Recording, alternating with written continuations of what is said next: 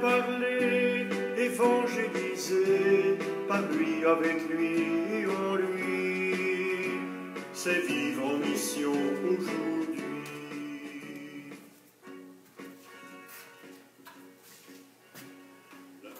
Osez, Jésus, osez montrer l'amour aux gens, montrer notre bienveillance, leur tendre la main.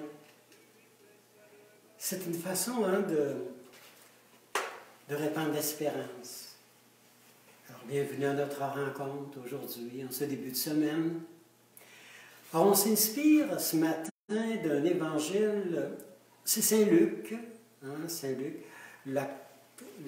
l'évangile de la miséricorde, de la tendresse du Père, de sa bienveillance. Alors, et aussi un évangile pour ceux qui ont le goût de témoigner de leur foi, de leur conviction profonde, de ce qui leur fait battre le cœur. Alors, dans cette rencontre aujourd'hui, on s'inspire de Saint Luc au chapitre 5. C'est l'appel des premiers disciples. Pierre, Simon, Pierre, Jean, André. Jésus se trouvait un jour sur le rivage du lac de Génézareth. Et la foule se pressait autour de lui pour entendre la parole de Dieu. Apercevant au bord du lac 2 barques d'où les pêcheurs étaient descendus pour nettoyer leurs filets. Jésus monta dans l'une de ces barques qui appartenait à Simon et il le pria de s'éloigner un peu du rivage. Puis il s'assit et de la barque, il instruisait la foule. Et quand il eut cessé, il dit à Simon, « Pousse en eau profonde, jetez vos filets pour pêcher. » Simon lui répond, « Nous avons pêché toute la nuit sans rien prendre. Mais parce que tu nous le dis, on va retourner, on va jeter les filets. » L'ayant fait, ils prirent une telle quantité de poissons que les filets déchiraient. Alors ils firent signe aux compagnons de l'autre barque de venir les aider.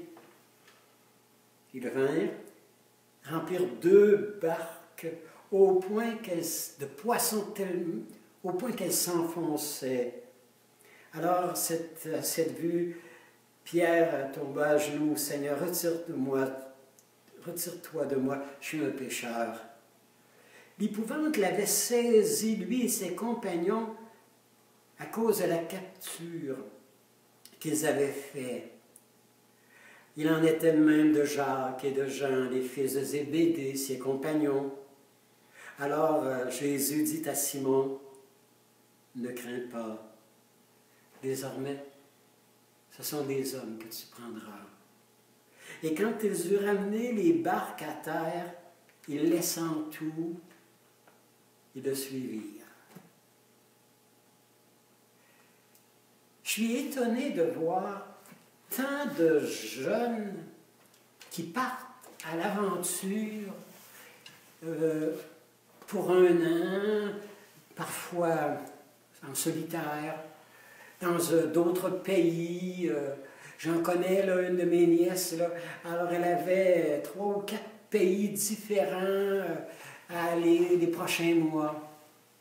Des jeunes couples aussi, cette audace, ce goût du risque, ce goût de l'inconnu, les risques à courir. Il y a quelque chose qui fascine. Alors, ces gens qui partent en bateau, alors pour 1 an avec les enfants, famille. Est-ce qu'on a encore le goût, les chrétiens, de cette Y a-t-il une passion? Y a-t-il le goût de l'aventure? Le goût de jeter, même après des nuits sans rien prendre, le goût de rejeter les filets, d'aller un peu plus au large, un peu plus au loin, un peu plus en profondeur. Là,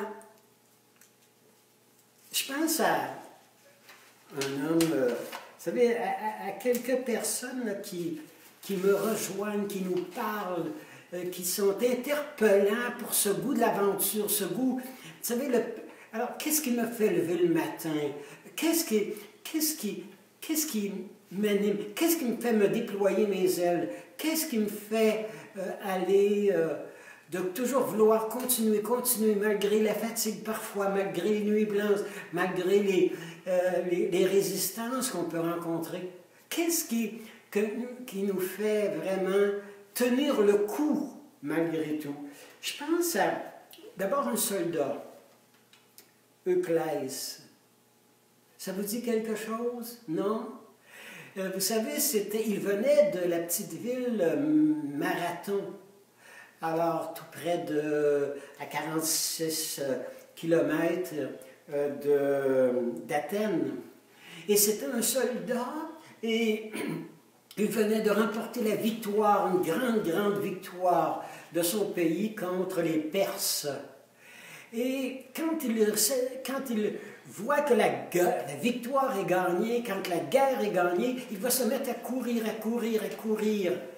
et faire les 48 kilomètres, et pour se rendre à Athènes, pour annoncer au roi, aux responsables, nous sommes vainqueurs, nous les avons vaincus, nous avons remporté la victoire. Et c'est de là que vient le mot marathon. Hein? Ça a été le premier marathonien de l'histoire. Et quand il est arrivé après de cette course essoufflé, où il avait donné le meilleur de lui-même, il s'est effondré tellement il avait tout donné. Il y avait un message à délivrer. Il y avait un message à dire au monde d'aujourd'hui. Est-ce qu'on a un message? Est-ce qu'on a une bonne nouvelle? Il me semble que si on a des bonnes nouvelles à dire à nos enfants pour leur avenir, il me semble que si on a des bonnes nouvelles à dire à nos jeunes, il me semble que si on a des nouvelles qui font battre le cœur, qui nous font déployer les ailes, il me semble que comme croyants, alors qu'ils avons tellement des certitudes, un goût des fois de faire des folies pour changer notre monde, pour faire une différence dans notre monde. Est-ce qu'on est animé? Est-ce qu'on est... L'eau de source, elle jaillit? Est-ce qu'elle jaillit encore?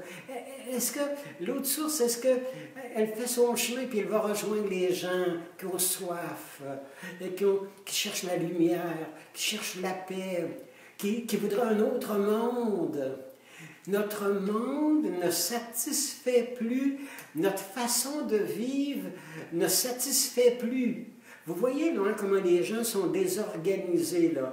Comment est-ce qu'on est, chacun de nous, on est dans une période un appel à une réorganisation, un appel à du neuf, une sorte de terre nouvelle, un monde nouveau, un monde en plein changement dans lequel nous sommes plongés actuellement.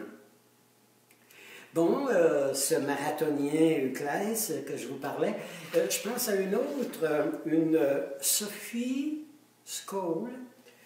C'est une jeune étudiante allemande.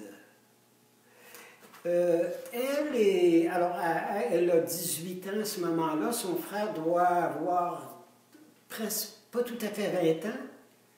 Et devant le nazisme, avec toute cette philosophie d'extermination des Juifs, ces deux jeunes-là décident, mais allons, ça ne tient pas debout, ça. On va laisser mourir un peuple comme ça. On va les affamer. On va les exterminer. Non, non, non, non, non, non, non.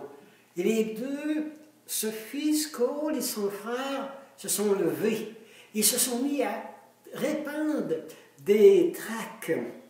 Alors, contre le régime, contre cette folie de la part du gouvernement. Et bien sûr, ils ont organisé des marches, ils ont organisé vraiment une résistance, hein? Alors, avec des jeunes, et ça fait boule de neige. Et bien sûr, ils ont été arrêtés. Et à son procès, on va demander à cette jeune Sophie Scholl, qu'est-ce qui vous a animé? Qu'est-ce qui vous a fait vous lever debout comme ça? Qu'est-ce qui vous a fait sortir dehors et d'entraîner des jeunes sur la rue pour vous élever contre un tel système? Qu'est-ce qui vous a fait bouger? Et elle a répondu, il fallait bien que quelqu'un commence à dire à haute voix tout ce que les autres disaient à voix basse. On ne pouvait pas ne pas parler. On ne pouvait pas se taire. On ne pouvait pas garder le silence. C'était plus fort que nous. On disait tout haut ce que la plupart pensaient tout bas. Et c'est cette réflexion qui l'a amené, qui l'a fait être condamné et guillotiné. 19 ans. Des gens qui ont des convictions, des gens qui prennent position, des jeunes qui se tiennent debout, des gens qui prennent la parole et font les gestes qui s'imposent. Je suis vraiment interpellé par tous ces gens qui s'aperçoivent que notre monde, on ne peut pas être là simplement pour travailler, là. On n'est pas simplement là pour, vous savez, tuer le temps, là. On n'est pas simplement là pour avoir, se faire une réputation et avoir plus d'argent. Non, non. On a une passion, on a des convictions. Et est-ce que je suis capable de donner ces convictions-là? Alors, vous savez, peut-être, cette anecdote, ce professeur, c'est Anthony Guimello qui raconte. Un professeur d'histoire, d'histoire, et elle parle dans son cours des grandes découvertes modernes. Alors à ses enfants, auxquels elle enseigne, elle pose la question, est-ce que un de vous pourrait me nommer quelque chose d'important qui n'existait pas ça n'existait pas encore il y a 50 ans. Quelque chose qui a été inventé depuis. Quelque chose de fascinant, d'original, d'unique. Quelque chose que si on n'avait pas fait cette invention-là, si on n'avait pas fait cette trouvaille-là, il y a quelque chose qui manquerait à notre monde. Est-ce que vous êtes capable qu'elle leur demande de me dire, c'est quoi cette invention? C'est quoi cette trouvaille? C'est quoi cette révolution qui a été faite dans notre monde les dernières années et qu'on a inventée? Et il y a une enfant qui lève la main, qui dit, moi, je le sais, madame. Ah, tu sais ça, toi, tu es au courant. Madame, quelque chose qui n'avait pas existé, quelque chose qui est unique, quelque chose qui est original. Mais madame, moi, madame, cette conviction, si on avait cette certitude-là, que la personne, le jeune que je rencontre, l'enfant qui m'a été confié, ce malade, cette personne hospitalisée, ce jeune qui se bat avec la consommation, si j'avais cette certitude que s'il n'était pas là, faudrait qu'il soit inventé, faudrait qu'il vive. Il y a plusieurs qui se sont fait dire, tu n'aurais dû jamais être là, toi, hein? On n'aurait dû jamais avoir ça, cet enfant-là. Alors, il y a tellement de gens qui ont été tués par des paroles blessantes, Moi, t'aurais dû jamais, jamais, jamais venir au monde. Est-ce que je suis capable de dire, de faire un changement et de renverser la vapeur et de dire ce qui m'habite, ce qui me dit, ce qui me fait, qui me donne le goût de me battre et de faire que le monde change et que notre monde puisse avancer. Vous savez, on est fait, l'Évangile aujourd'hui nous dit que les apôtres, c'était des jeunes, hein? Pierre, Simon-Pierre, Jean, André, Jacques, c'était tous des jeunes, là, le début de la vingtaine, hein? Et ils ont, Jésus, quand ils ont rencontré leur maître, quand ils ont été fascinés par Jésus, hein, ils ont été vraiment émerveillés. Il leur lançait un défi, il leur faisait courir le danger, il leur faisait aller vers les gens qui étaient dans le besoin. Il marchait avec lui pour aller leur amener des malades, alors des gens qui avaient besoin d'être réconfortés. Je suis fasciné, moi, encore aujourd'hui, par tous ces gens qui cherchent une cause, qui ont le goût de se donner. Et nous, chacun de nous, c'est quoi le message? Quand Pierre, Simon, Jean, André ont reçu le message, alors allez vers les gens. Dites-leur, réconfortez-les, guérissez-les. Et si vous prenez, s'ils sont habités par des petits serpents, par des petits démons, trouvez la façon de les rendre libres, heureux. C'est quoi le message que j'ai à délivrer au monde? Quand j'étais jeune, moi j'étais certain que je deviendrais postier à un moment donné. Hein?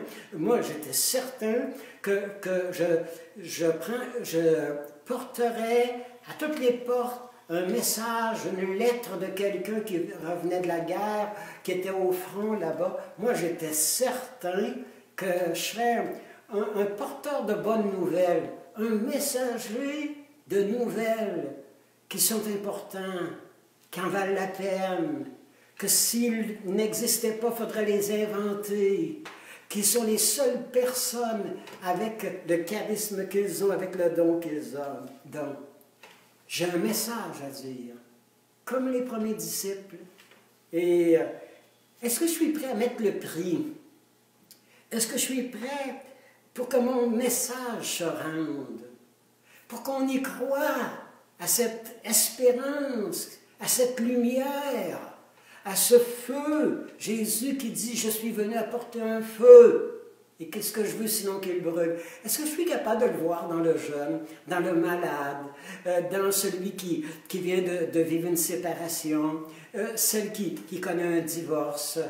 Alors, de voir dans cette mère qui est rendue à l'extrême et qui extermine ses deux enfants, est-ce que je suis capable de voir la souffrance? Est-ce que je suis capable de voir la désolation? Est-ce que je suis capable de voir le désespoir? Et est-ce que je suis capable de dire plus jamais, ça ne peut pas se passer comme ça, plus jamais? Et qui je dois m'occuper, qui est en détresse actuellement, pour leur apporter cette lumière, cette paix, cette consolation, cette joie? Alors, c'est quoi le message que j'ai à donner? Et je nous laisse avec un beau message de Mère Teresa qui raconte qu'un jour, elle était à Calcutta et elle a rencontré un homme, vous savez, d'une désolation. Il vivait vous savez, dans un dépotoir. Et elle dit, et il va dire à Mère Teresa, à sa première rencontre, j'ai vécu comme un animal sur la rue. Mais depuis que vos sœurs s'occupent de moi, c'est comme si j'avais des anges autour de moi. Et c'est comme un ange que je vais mourir. C'est comme quelqu'un a pris soin de moi. Quelqu'un s'est occupé de moi. M'a veillé. Et après l'avoir sorti de ce dépotoir dans lequel il vivait, elle dit, on l'a conduit à notre hospice. Et ça a été des heures pour le nettoyer, les vers qui s'étaient répandus dans ses plaies, des heures. Et avec les larmes aux yeux, il m'a dit, juste avant de fermer les yeux pour mourir, « Ma sœur, ma mère, je me retourne à la maison, chez Dieu. » Et il est mort comme ça, dans nos bras, qu'elle dit. Jamais j'ai vu un sourire aussi lumineux que celui que j'ai vu alors sur le visage de cet homme-là.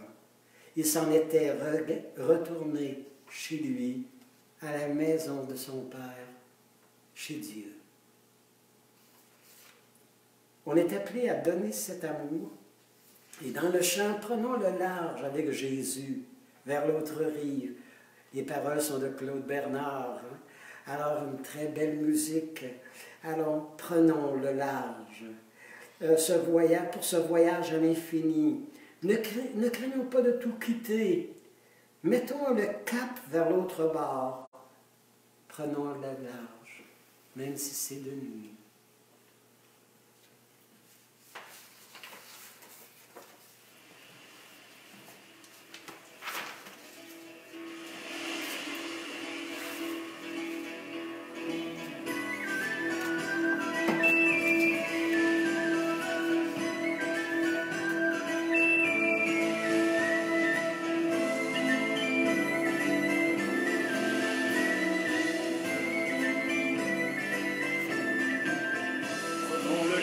Avec Jésus vers l'autre rive.